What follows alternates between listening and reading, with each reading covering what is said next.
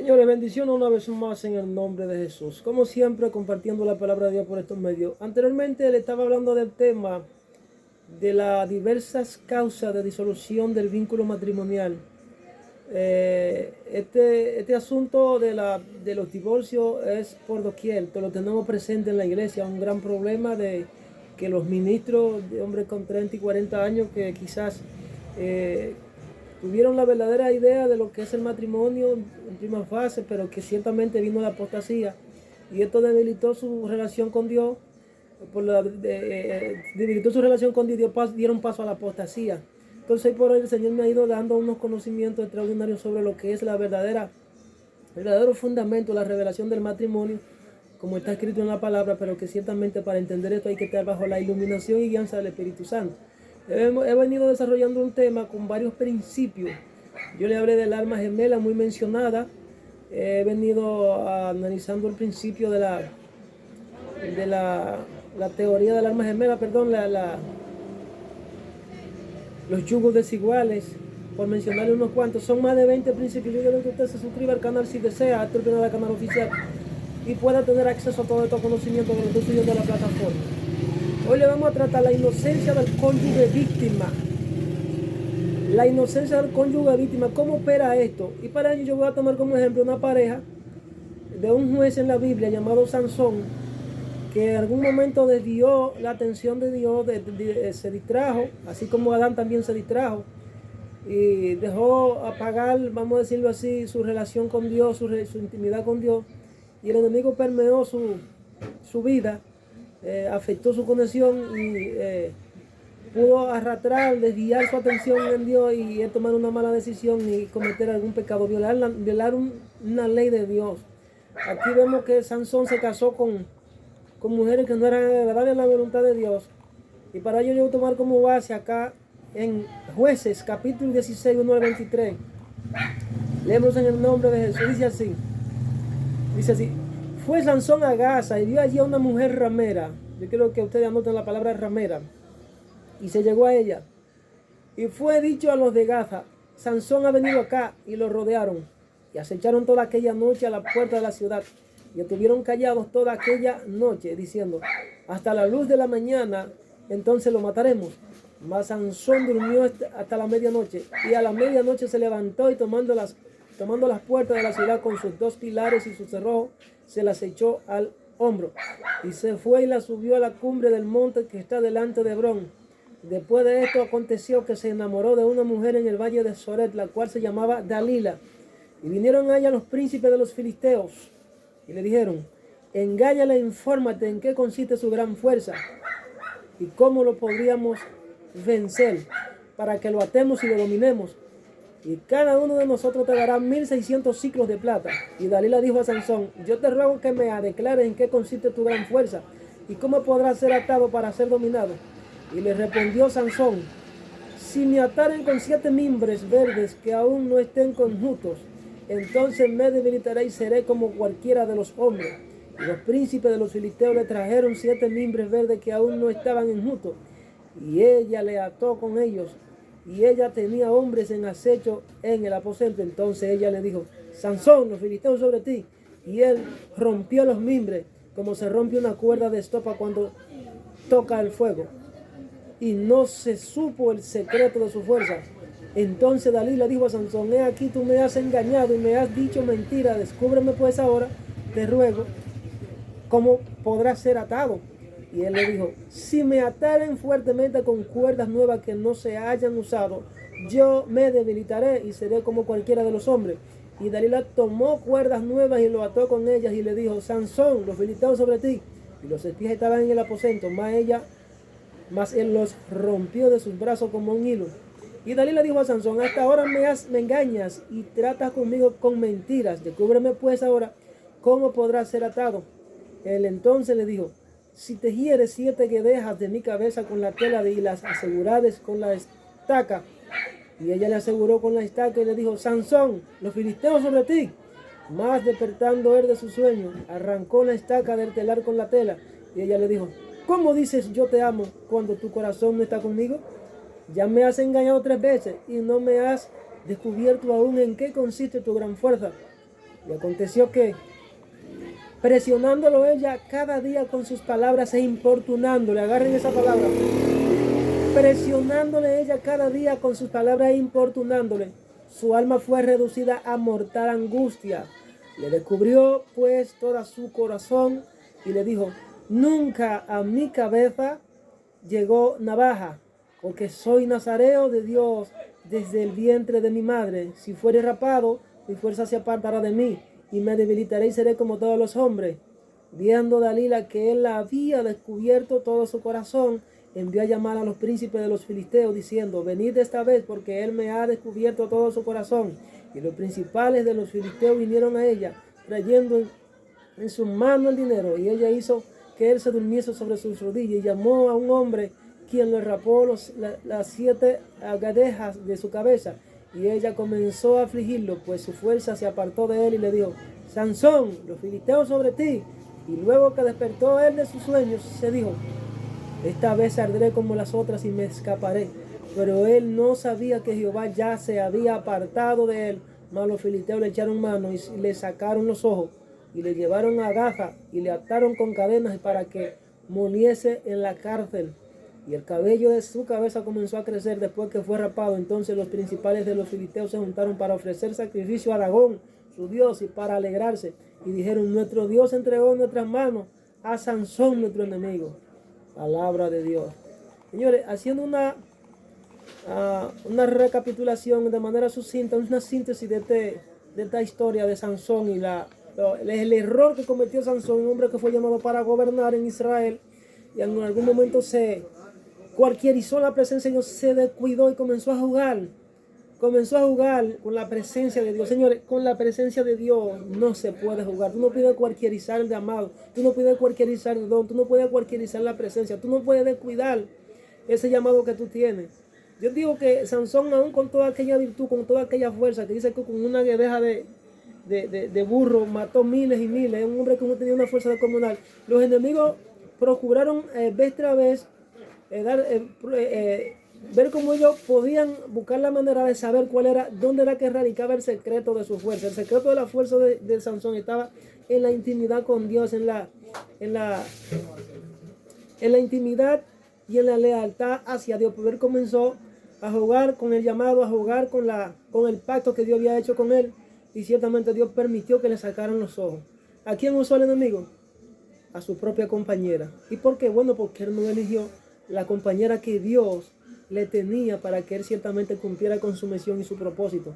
Es por eso que nosotros, como hombres de Dios, tenemos que tener en cuenta que no es lo que nosotros querramos, no es nuestro propio gusto, y no es lo que Dios tenga para nosotros. Alguien dijo que Dios no selecciona, no escoge esposo o esposa para nosotros. No, eso es mentira. Yo creo que Dios a cada quien le tiene su pareja, su ayuda idónea, y nosotros que tenemos que tener el anhelo y el deseo de acercarnos a Dios y buscar todas las características y los perfiles de ese hombre o esa mujer que mediante la revelación por la palabra y por el Espíritu Santo vendrá, y el Señor nos lo va a poner en el camino y nos va a conectar con él o con ella. Ahora, hoy por hoy no se ora, no se persevera en la oración, no se busca la intimidad con Dios, y vemos que hay un grupo de parejas que están mal relacionadas, mal casadas, y por eso tenemos el índice tan alto de divorcio. Si aún los que ciertamente fueron unidos por Dios tienen problemas, ¿qué no será aquellos que no son unidos por Dios? Yo quiero que ustedes agarren eso. En el principio Dios creó a Adán. Adán no le pidió esposa a Dios, sino que Dios fue que le entregó una esposa y dijo: mi siervo, no es bueno que mi hijo esté solo. Yo le haré ayuda idónea. Quien entrega esposa al hombre es Dios. Quien le entrega ayuda idónea esposa es Dios al hombre. De manera pues que es una ley universal de que ciertamente Dios fue quien unió al hombre y a la mujer para un propósito de la multiplicación de la raza humana. Un hombre cuando tiene a su esposa, la verdad, se siente poderoso. Más sin embargo, cuando está solo, le hace falta un complemento, porque la esposa viene siendo como el as bajo las mangas, o la espada en la mano derecha, en la mano del hombre viene siendo la esposa. Entonces, hoy tenemos un diseño torcido. Esposa que dice que son hombre y mujer a la vez, que ellas son padres y madres de su casa, que ellas pueden controlarlo todo, que se divorcian por cualquier causa, que se recasan, etcétera, etcétera. Eso tiene varios análisis y varias aristas. Yo les quise poner como ejemplo la historia de Sansón, porque de Sansón en prima fase tomó esposa que no era conforme al agrado de Dios. Esta mujer fue usada por Satanás para venderlo, como si Judas traicionó a Jesús, que lo vendió por dinero. Los filisteos eran los enemigos del pueblo de Dios, y el juez que Dios levantó, que esto fue un hombre con una virtud extraordinaria y una fuerza descomunal que tenía, que él con el poder de su fuerza en su mano vencía a los oponentes, al enemigo. Era un guerrero, era un juez. Entonces vemos como el enemigo entró en la vida de Sansón. Dice que ella continuamente lo importunaba, lo presionaba. El enemigo siempre va a tratar de presionar al hombre de Dios. Va a buscar cualquier vía para tratar de presionar al hombre de Dios, para que el hombre de Dios ceda a sus chantajes, a sus manipulaciones, para poder controlarlo y llevarlo a su terreno. Cuando nosotros no descuidamos muchas veces, por donde primero el enemigo lanza es, si tú tienes esposa, por la esposa, se le mete adentro de la esposa y te saca y te desvía del propósito de Dios, porque la esposa comienza a dejarse manipular, o el esposo comienza a dejarse manipular. Por eso los dos deben estar de acuerdo en unidad de pensamiento, en acciones y en la presencia, porque la Biblia dice que Dios lo une en alma, cuerpo y espíritu. No como ahora que dicen que no, que solamente es en la carne, que el hombre tiene la oportunidad o el libre albedrío de seleccionar la esposa que él quiera, no importa que sea una impía. Espérate, vamos a analizar esto, porque si el asunto de la relación matrimonial conforme al propósito divino es así, pues entonces el matrimonio no tiene ningún sentido. El matrimonio no tiene ningún sentido, como dijeron los discípulos de Jesús. No vale la pena casarse. Si se hacía la condición del hombre con su mujer, como Jesucristo hizo un planteamiento, no es fácil. Entonces Jesús le respondió, bueno, no todos son capaces de recibir esto, sino a quienes es dado. Entonces vamos a seguir analizando. Yo quise darle como introducción a esta parte, para analizar el texto, que es muy amplio. El engaño, aquí vemos engaño, vemos traición, vemos manipulación, vemos victimización, vemos cualquierización del don del hombre de Dios, y vemos como este hombre entregó su corazón en bandeja de cartón, en plato de cartón, a una mujer que no era merecedora de contarle su secreto. Tú no debes contarle tu secreto a una persona que no está bajo los lineamientos de los propósitos de Dios en cuanto a revelación, en cuanto a conocimiento. Tú no debes unirte a una persona que no esté bajo el diseño y el propósito de Dios para tu vida, porque entonces esa persona va a hacer que tú te salgas de los propósitos y el camino de Dios, como le pasó a Salomón. A Salomón le ocurrió lo mismo, y según la historia, todos los hombres de Dios, los hombres grandes y las mujeres también, han sido derribados por un compañero o compañera que quizás en algún momento seleccionaron, y cogieron de manera errada, y esto le costó grandes sacrificios. Yo digo que algunos no se perdieron de misericordia. Sansón, algunos dicen que Sansón se perdió porque se autosuicidó, pero yo digo que no, digo que Sansón se salvó. Esto fue un acto de misericordia que Dios hizo con él. Así sucede con muchos hermanos y hermanas que están atravesando por situaciones críticas, deplorables, que están casados con hombres o mujeres que no obedecen, que no se sujetan, y están atados y son sus esposos. Legalmente, humanamente son sus esposos, pero si nos ponemos a analizar dentro del plano divino, esas parejas no son idóneas, no son las correctas. Hubo una mala decisión, pero por cuanto hubo una mala decisión, esa gente está atravesando el Niágara en bicicleta, como decimos nosotros en un buen dominicano. Entonces, yo quiero ponerle a este tema la inocencia del cónyuge víctima. Porque tú sabes que en los cónyuges muchas veces, cuando se dan las acusaciones, las reclamaciones, cuando se dan los pleitos, las refriegas y los conflictos, que son de alguna manera naturales en los matrimonios, porque es una lucha desde un principio, una lucha de poder que el enemigo le inyectó a Eva y a Adán para que se desviaran, para que rompieran ese nexo que Dios hizo entre ellos. Hay uno que siempre es culpable y hay una víctima. En una batalla a veces hay inocentes. Por eso cuando el juez va a hacer una sentencia, hay muchos que están sentenciados a condena, y el juez lo absuelve, lo suelta de sus prisiones, porque ellos son ciertamente víctimas. Así en los matrimonios hay personas que fueron víctimas, tomado en su buena fe. Y para ello yo quiero hablar de este tema, la inocencia del cónyuge víctima. Para ello voy a analizar la anatomía de un manipulador emocional, que fue lo que le hizo Dalila a Sansón. Ella lo manipuló y él comenzó a relajar con esto, pensando que era una broma, mientras que sin embargo él amaba a esta mujer, pero ella continuamente le ponía trampa, le ponía un engaño, y él le iba mintiendo de vez en cuando, hasta 3 veces, hasta que la última vino Dios y lo entregó a los enemigos, mano de los enemigos. O sea, él debió apartarse de aquella mujer inmediatamente. Él no debió seleccionar a esa mujer como su esposa. Y entonces no fue del agrado de Dios esto. Entonces, lo primero, las 7, la anatomía o la radiografía de un manipulador. Vamos a mencionarles ya 8 o 10 de las características en cuanto a lo que son la radiografía interna de un manipulador. La radiografía de un manipulador emocional, vamos a decirlo así. Son personas que te titulan el pensamiento, te convencen, son insistentes, son perseverantes ahí hasta que logran su objetivo de destruirte, porque eso es lo que hace el enemigo. La Biblia dice: someteos pues a Dios, resistid. Dios nos ordena a nosotros que tenemos que resistir al enemigo. Entonces el enemigo también utiliza la misma estrategia para derribar a los hombres y las mujeres de Dios. Vamos a ver esta anatomía, vamos a ver esta radiografía, esta característica de lo que es un manipulador emocional. Dice aquí: embauca con palabras. O sea, son personas encantadores de serpiente que pueden dominar, te van manipulando. ¿Y qué mejor que la esposa que tú tienes al lado? Y más cuando tú te entregaste por ella y la amas. Él va a utilizar lo que tú tienes al lado. Embauca con palabras. 2.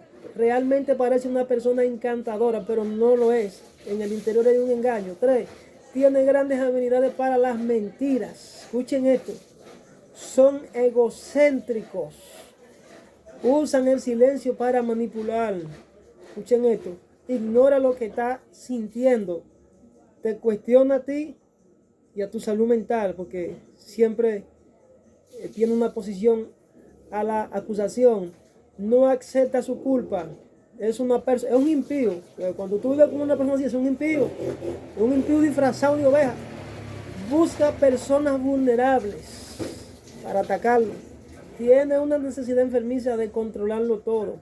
Se ríe o se burla o se mofa de ti y continuamente te juzga. Y a la vez que te juzga, te hace culpable. Óigase bien, esta es la anatomía de un manipulador emocional.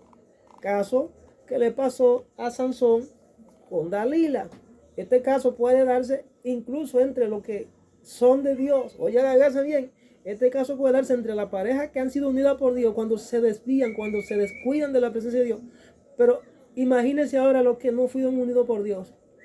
Ahí lo que hay es una guerra de todo el mundo con un fusil en la mano. ¿Cómo tratar a una persona victimista? ¿Cómo tratar a una persona victimista? La inocencia del cónyuge víctima. Tenemos que conocer lo que es la víctima, la victimización. ¿Cómo tratar a una persona victimista? La víctima es el héroe en nuestro tiempo, señores. La víctima es el héroe en nuestro tiempo. Mucha gente haciéndose la víctima cuando realmente son unos diablos internamente. Ser víctima otorga prestigio, exige ser escuchado, promete y fomenta reconocimiento. Oiga cómo son las personas que se hacen víctimas. Activa un potente generador de identidad, de autoestima. Inmuniza contra cualquier crítica. Garantiza la inocencia más allá de toda duda razonable. Oiga, porque nunca es culpable. ¿Cómo podría la víctima ser culpable o responsable de algo?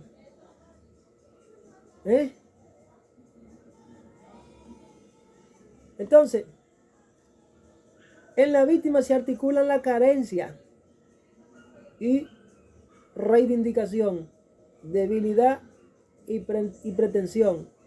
En la víctima se articulan la carencia y reivindicación, la debilidad y la pretensión. Bueno, son personas que ciertamente carecen de los verdaderos valores en cierto modo. Son personas que se caracterizan por ser perversos. ¿Entiendes? Se caracterizan por ser perversos y tienen debilidades profundas. Son unos pretenciosos.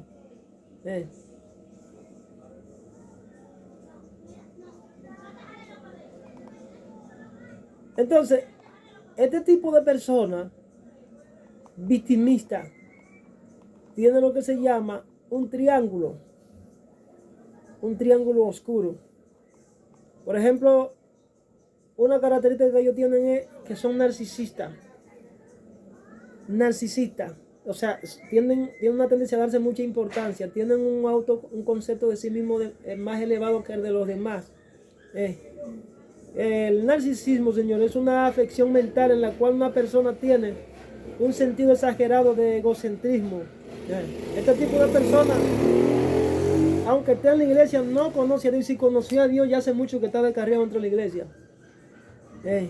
El narcisismo dentro de la iglesia es una preocupación extrema por sí misma. Falta de empatía por otra persona, no se pone en el lugar de los demás. Siempre está a la defensiva. A la ofensiva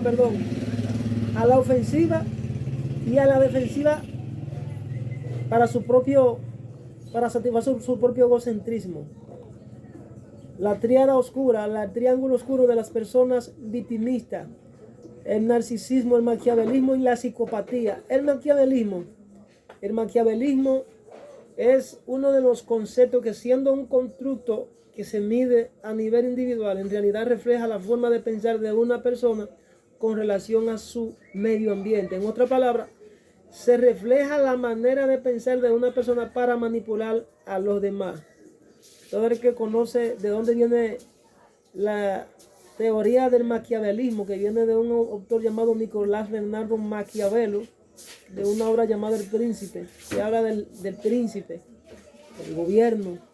En todo el sentido de la palabra, el maquiavelismo es la manera de manipular a los demás.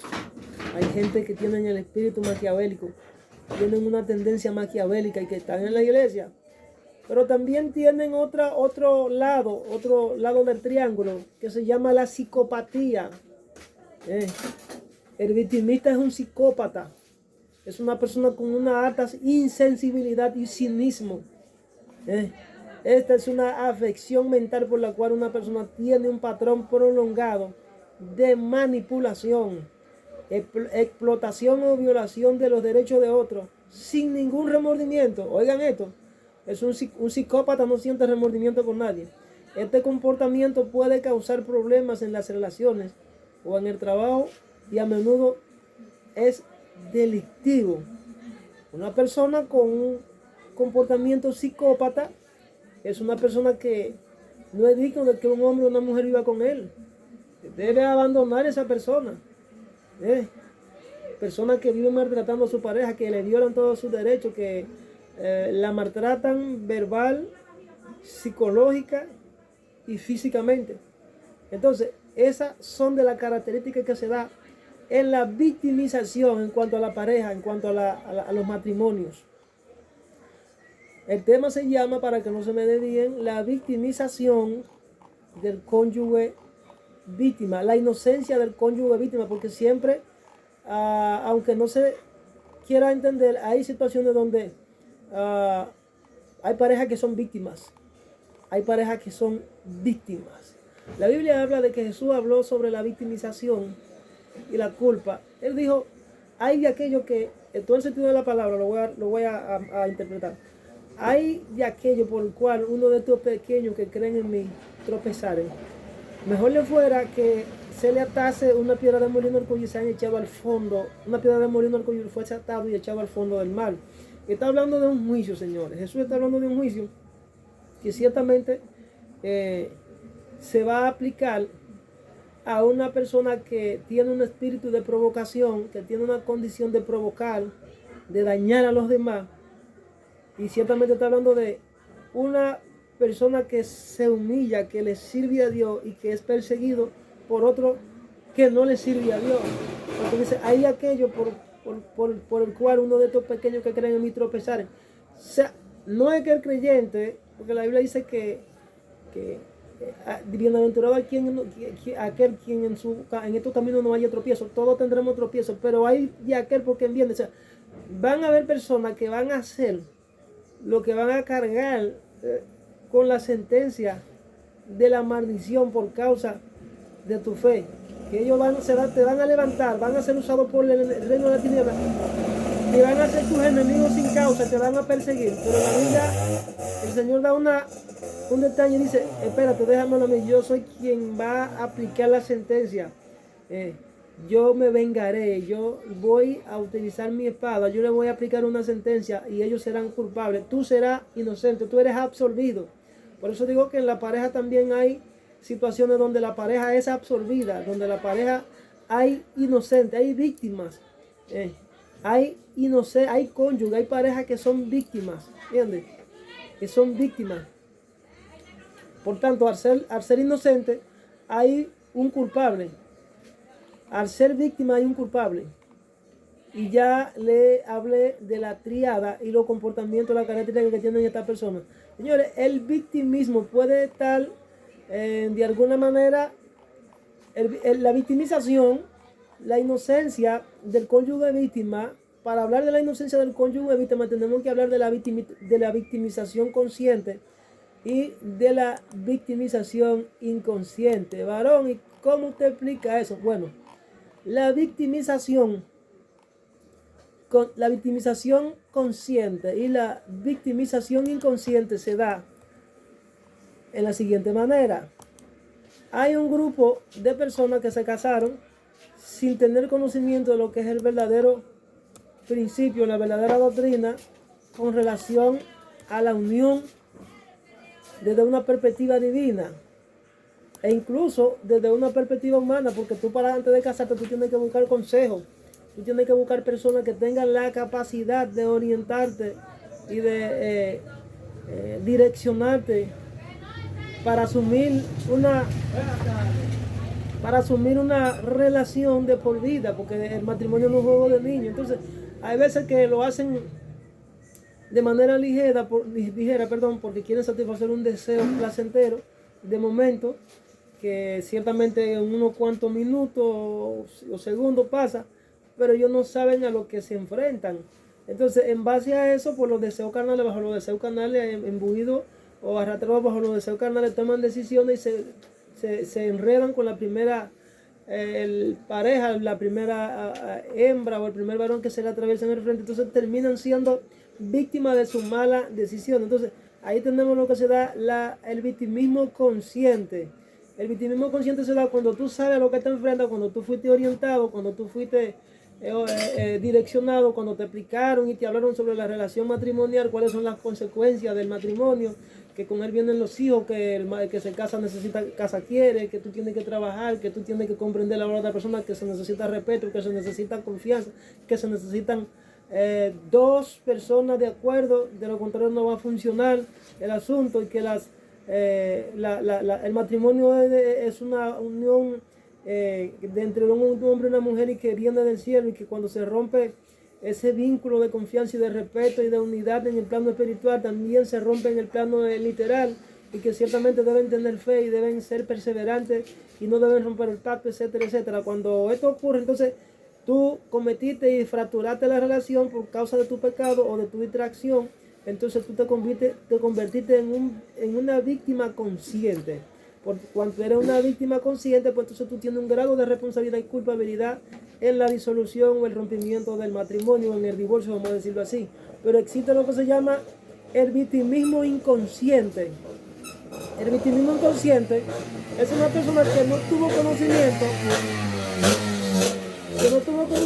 no tuvo luz en el camino, no encontró a quien le orientara, y quizá de momento, estando en el mundo, se topó con esa pareja, con ese hombre o esa mujer que ninguno conocían a Dios, y que bruscamente, de manera fortuita, pues de manera coincidencialmente, o que el destino, vamos a decirlo así, lo unió, y ellos dieron al trato de que perseveraron, tuvieron hijos y se comprendieron y caminaron por encima de las dificultades.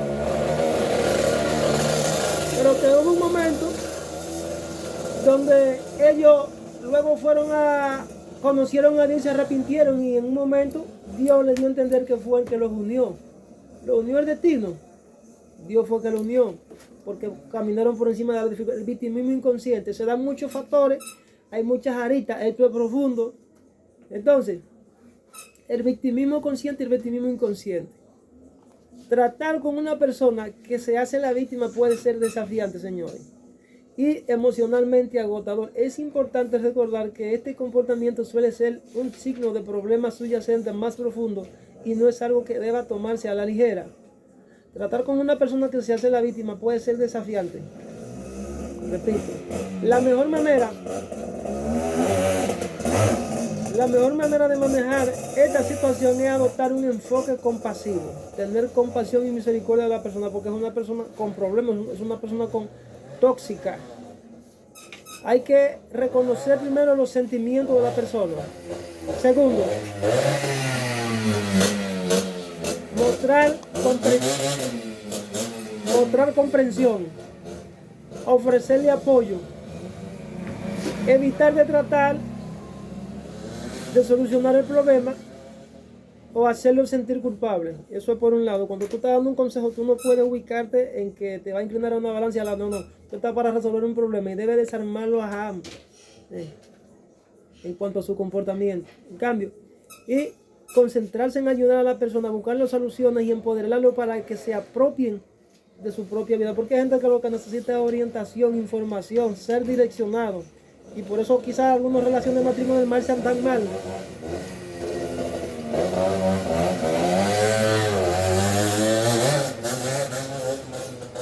También podemos enfocarnos en ayudar a la persona a superar su mentalidad de víctima y comenzar a asumir la responsabilidad de sí misma en lugar de depender de la ayuda de otro. Hay gente que se vuelven dependientes total y absolutamente de otro. Sansón lo que era un dependiente, señores. Sansón entendió que no podía vivir sin tener a esa hembra en el lado porque le gustaba, porque él lo dijo a su padre, que esa es la que me gusta, y su padre le dijeron, no, pero es que esa muchacha no te conviene, esa es la que me gusta.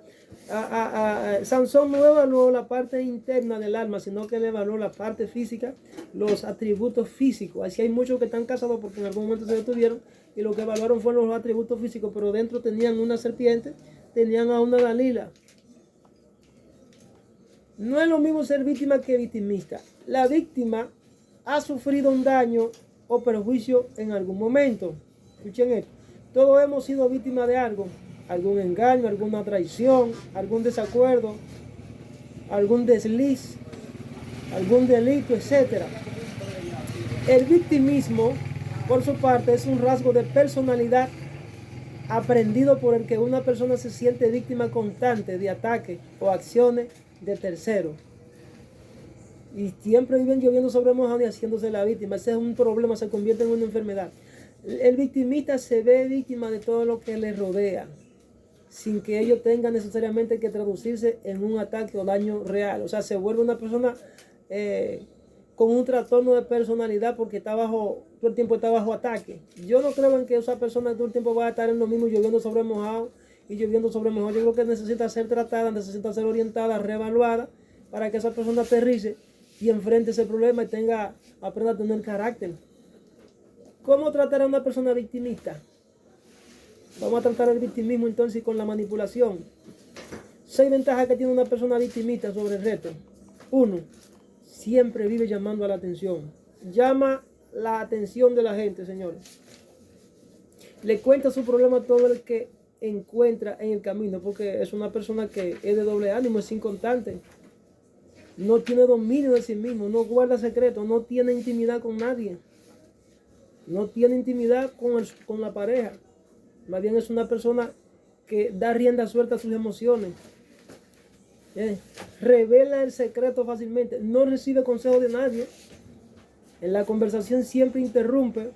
Actúa bajo el efecto de una fuerte agitación de sus emociones con evidencia física, como por ejemplo llorar, utilizando la mentira como defensa. Oculta su verdadera identidad. No es leal y ni siquiera consigo mismo. Tiene cuadros de altos brotes de irritabilidad y de control emocional, de violencia. Actúa de manera instintiva. Yo creo que este tipo de personas, el victimista y manipulador a la vez, es una persona altamente peligrosa. Yo creo que está llegando no solamente a tener un cuadro de personalidad distorsionada, psicológicamente hablando, sino que esa persona necesita ser tratada porque está llegando al aspecto de la esquizofrenia. Esquizofrenia mental es un trastorno de personalidad muy alto que ciertamente la persona tiene que ser, necesita liberación, pero urgente. Porque ese que tiene la esquizofrenia, todo de manera instintiva, es inseguro en sus acciones y decisiones. Yo conozco muchas personas así que actúan como de manera inconsciente y por instinto, y tú dices, pero que no son locos, porque ese es un estado, ese es un nivel la esquizofrenia es un nivel hasta donde la persona va llegando, que está a punto de cruzar a la demencia, que está a punto de cruzar a la como decimos nosotros, que son maniáticos.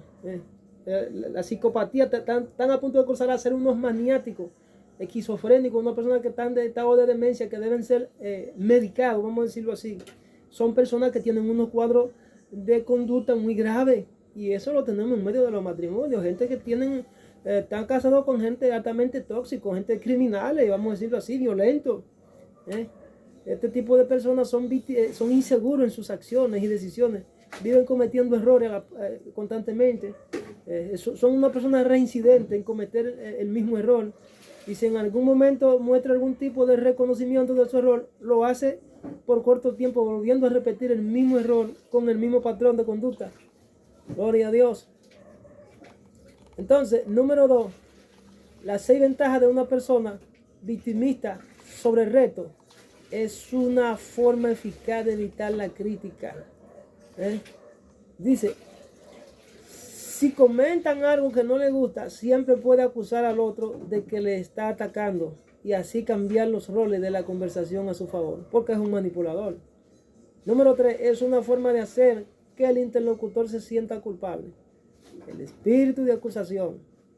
Yo entiendo que la posición de acusación en la pareja y de victimización son situaciones graves que deben de ser tratadas. Entonces, se coloca en una situación ideal para poder chantajear emocionalmente a los demás. Eso ocurre en el matrimonio, señores. Entonces, ¿sabía que en los matrimonios se chantajea? Se manipula. Si tú no me compras tal o cual objeto, hay mujeres que dejan de atender a los hombres, como lo he dicho en otros videos, y uno agarra y se coloca para otro lado y el otro para otro lado, y ya dividieron la relación. Y esto es tremendo lo que sucede. Manipulación, que es equivalente a brujería. Ya el enemigo se metió hace rato ahí. Número 5, tergiversa los mensajes para que el interlocutor parezca el atacante o el culpable. Escuchen esto. Número 6, para ganar el aprecio de los demás, puede estar dispuesto a correr grandes sacrificios por la gente. O sea, es capaz de venderle, no digo su alma, es capaz de cualquier cosa, porque es un engañador, es un perverso. Es un perverso. Pero seguimos. La inocencia del cónyuge víctima. La inocencia del cónyuge víctima. ¿Fue Sansón una víctima? Sansón no fue una víctima. ¿Dónde nosotros encontramos entonces un cuadro en la Biblia donde hubo una pareja que quizás fue víctima de su cónyuge? No conozco a profundidad la relación de la esposa de Ezequiel, pero podemos decir que en los casos donde Dios, el mismo Ezequiel le plantea, no recuerdo el capítulo y el versículo, pero dice en la Biblia que Dios le habló a Ezequiel en parábola. Dice, no te ciñas con turbante, ni coma pan de luto, porque Dios lo puso como ejemplo en el pueblo de Israel. El pueblo de Israel estaba atravesando por una situación de crisis, donde no había respeto, donde había un cuadro de pecado extraordinario, y Dios pone ejemplo con el mismo profeta. Parece que la mujer del profeta le estaba haciendo un obstáculo para él desarrollarse en la voluntad del Padre, y Dios decide incluso cortarle la propia esposa de Ezequiel. Dice, no te ciñas de turbante ni coma pan de luto. Dice, lo dije por la mañana, Dios me habló por la mañana, dice Ezequiel, y en la noche mi esposa estaba muerta. Dios se la quitó.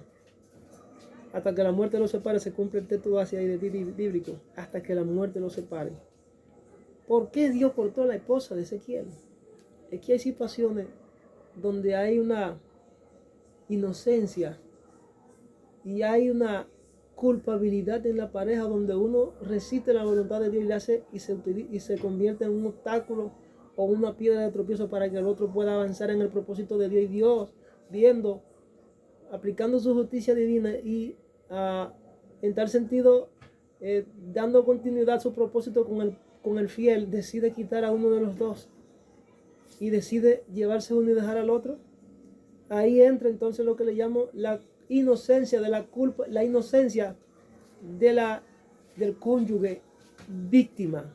Se sufre en el matrimonio. Veo muchos hombres que han sufrido, mujeres que han sufrido, clamándole a Dios para que el Señor lo liberte, para que el Señor le dé la victoria, pero en muchos casos, lamentablemente decirlo, Dios ha tenido que cortar a uno de los dos y el otro ha tenido que seguir caminando solo para darle cumplimiento a los propósitos divinos y así cumplir la agenda de Dios aquí en la tierra.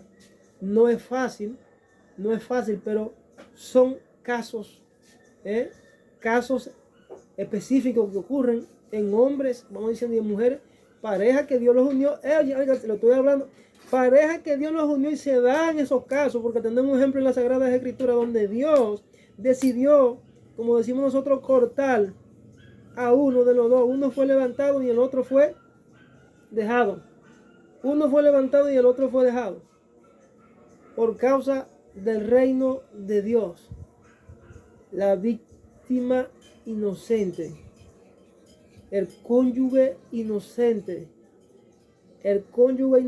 que fue víctima del atropello por su propio compañero, donde uno se convirtió en una piedra de tropiezo para que el otro no pueda avanzar, porque se resistió, porque no obedeció, porque no se sometió, y se convirtió en enemigo de la voluntad de Dios. Por cuando se convirtió en enemigo de la voluntad de Dios, Dios lo cortó a destiempo.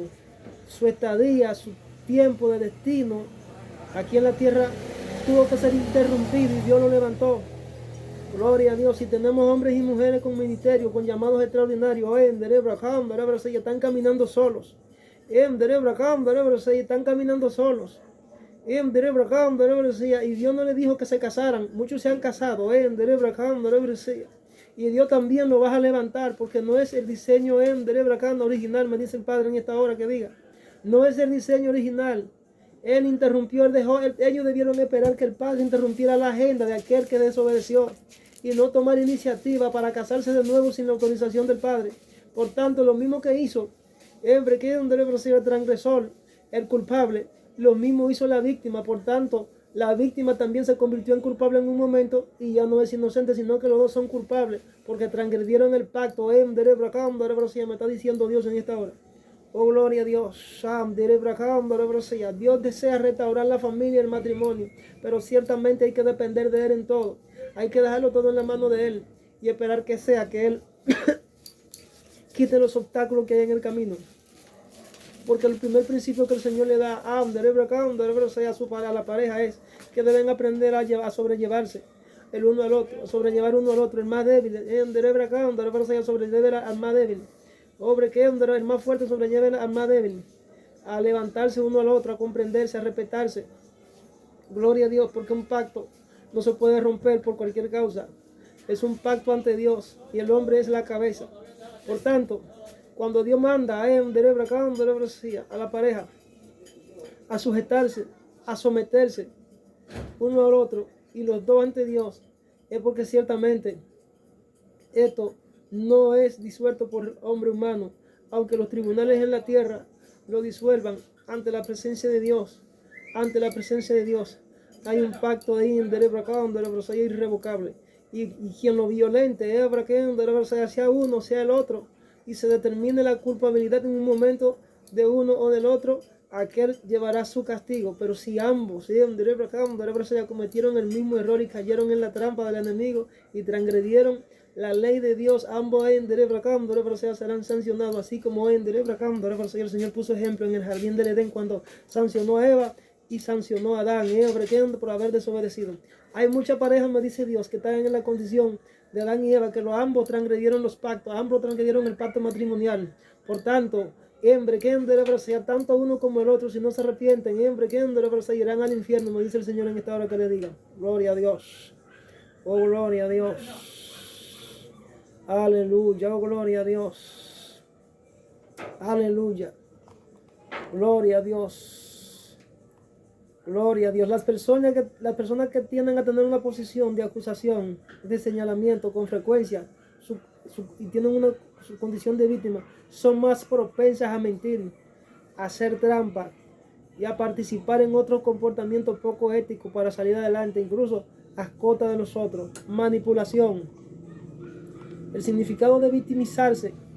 Victimizar es el término usado para describir el acto de convertir a alguien en víctima de un crimen, de una injusticia u otra forma de maltrato.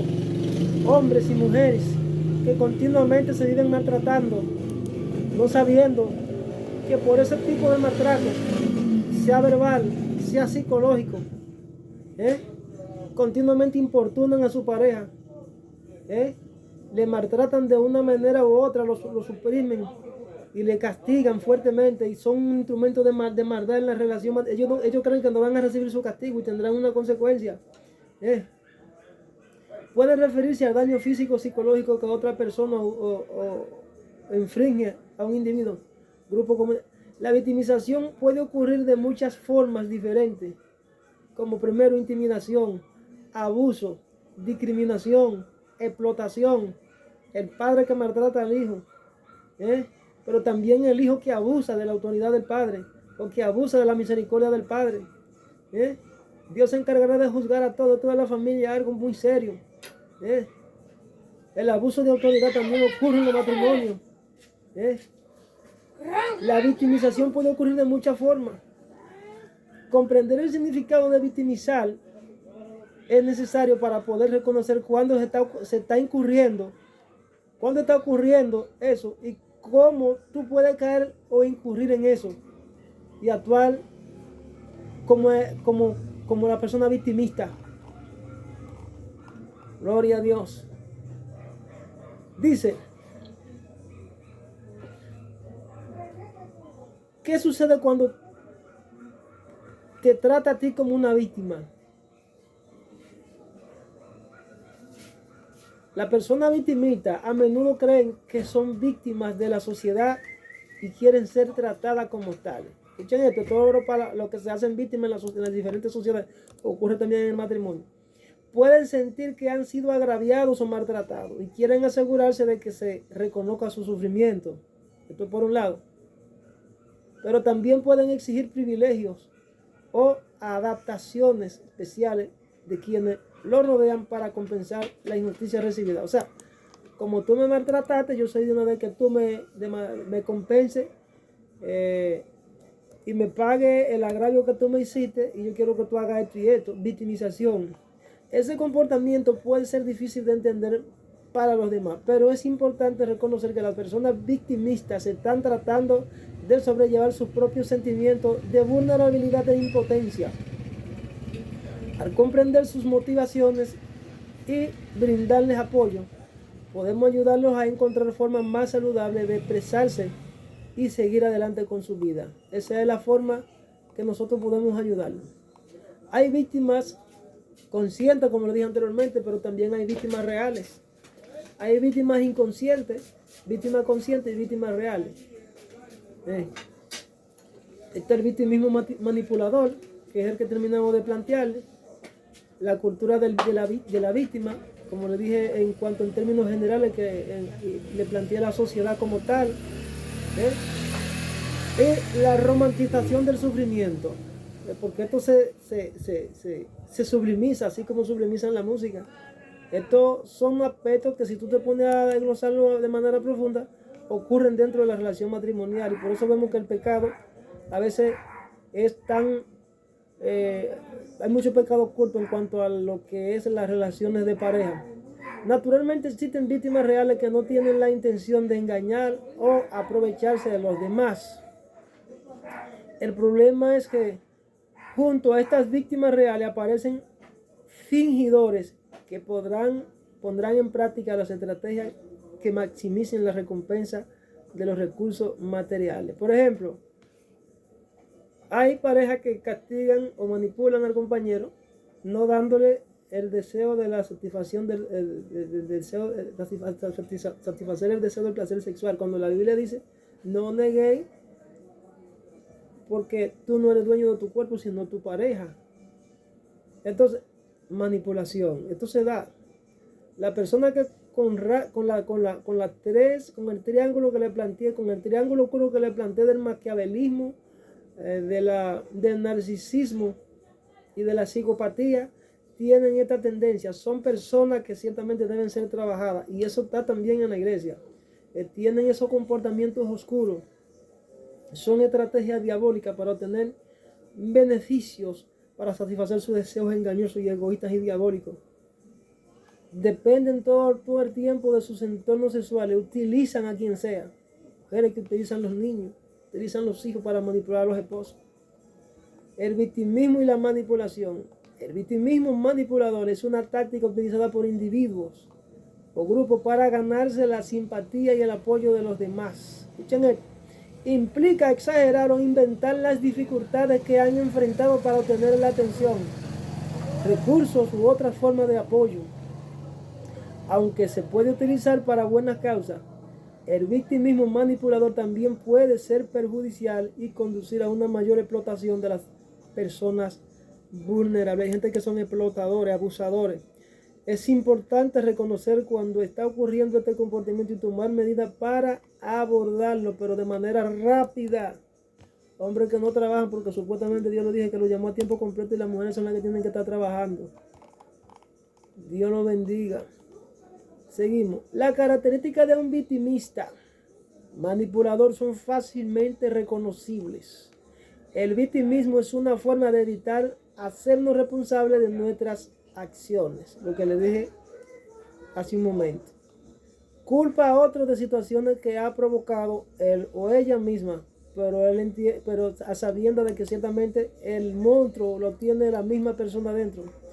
Otorga a otros intenciones negativas inexistentes. Escuche, el problema que él tiene se lo transfiere al otro. Porque la persona tóxica te transfiere lo que tienen.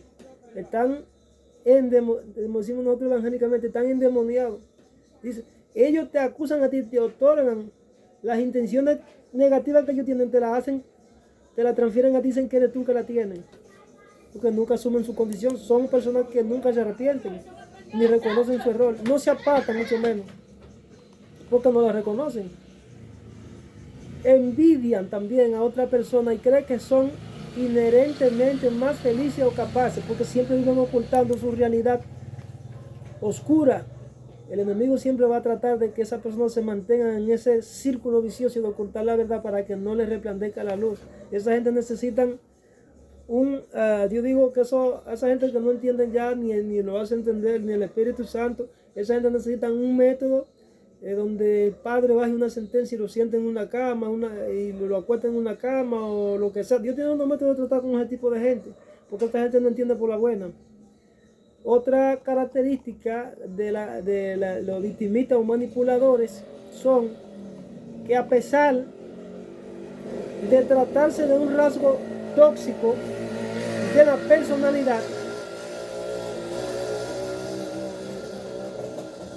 contamos con una serie de ventajas frente al resto de la persona. Dice aquí, a pesar de tratarse de un rasgo tóxico de la personalidad, hay un sinnúmero de serie de ventajas frente al resto de las personas.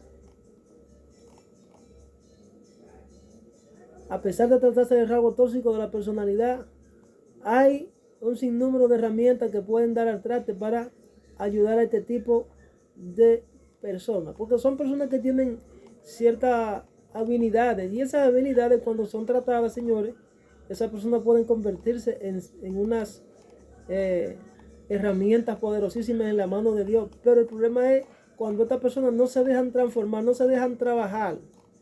Entonces, hasta aquí me ayuda a ver, Señor. He dado lo que ciertamente he hecho mi corta investigación, investigando de diferentes fuentes. Cuando iba a mitad del camino hubo una interrupción del Señor, una interrupción del Espíritu Santo, y pude darle lo que el Señor me dijo que le dijera. El espíritu de profecía interrumpió la lectura del documento con relación a unos cuantos ejemplos que puse de ejemplo, como dando una pareja, un texto base que es la historia de Dalila y Sansón. Y ellos te pueden saber aquí entonces cómo ocurre la inocencia del cónyuge víctima, la anatomía de un manipulador emocional, que es la victimización, cómo se dan estos engaños, cómo deben ser tratados, la ventaja y la desventaja del victimario y de la víctima, y qué se debe hacer en esto. Buscar orientación de personas que tengan la capacidad y orientar a las personas, porque ciertamente las personas asumen compromisos, matrimonios sin saber a lo que se enfrentan. Yo creo que la iglesia necesita ser replanteada, necesita que los jóvenes se les instruya más sobre el matrimonio y que antes de casarse las personas sean encausadas, conozcan todo lo relativo en la parte legal y en la parte espiritual, para que luego no vean con la excusa barata de que yo no lo sabía, de que mis pastores o mis maestros no me informaron qué se escondía detrás de esta relación del matrimonio en cuanto al plano espiritual y literal. Así que Dios me lo bendiga y será hasta una próxima entrega. Shalom.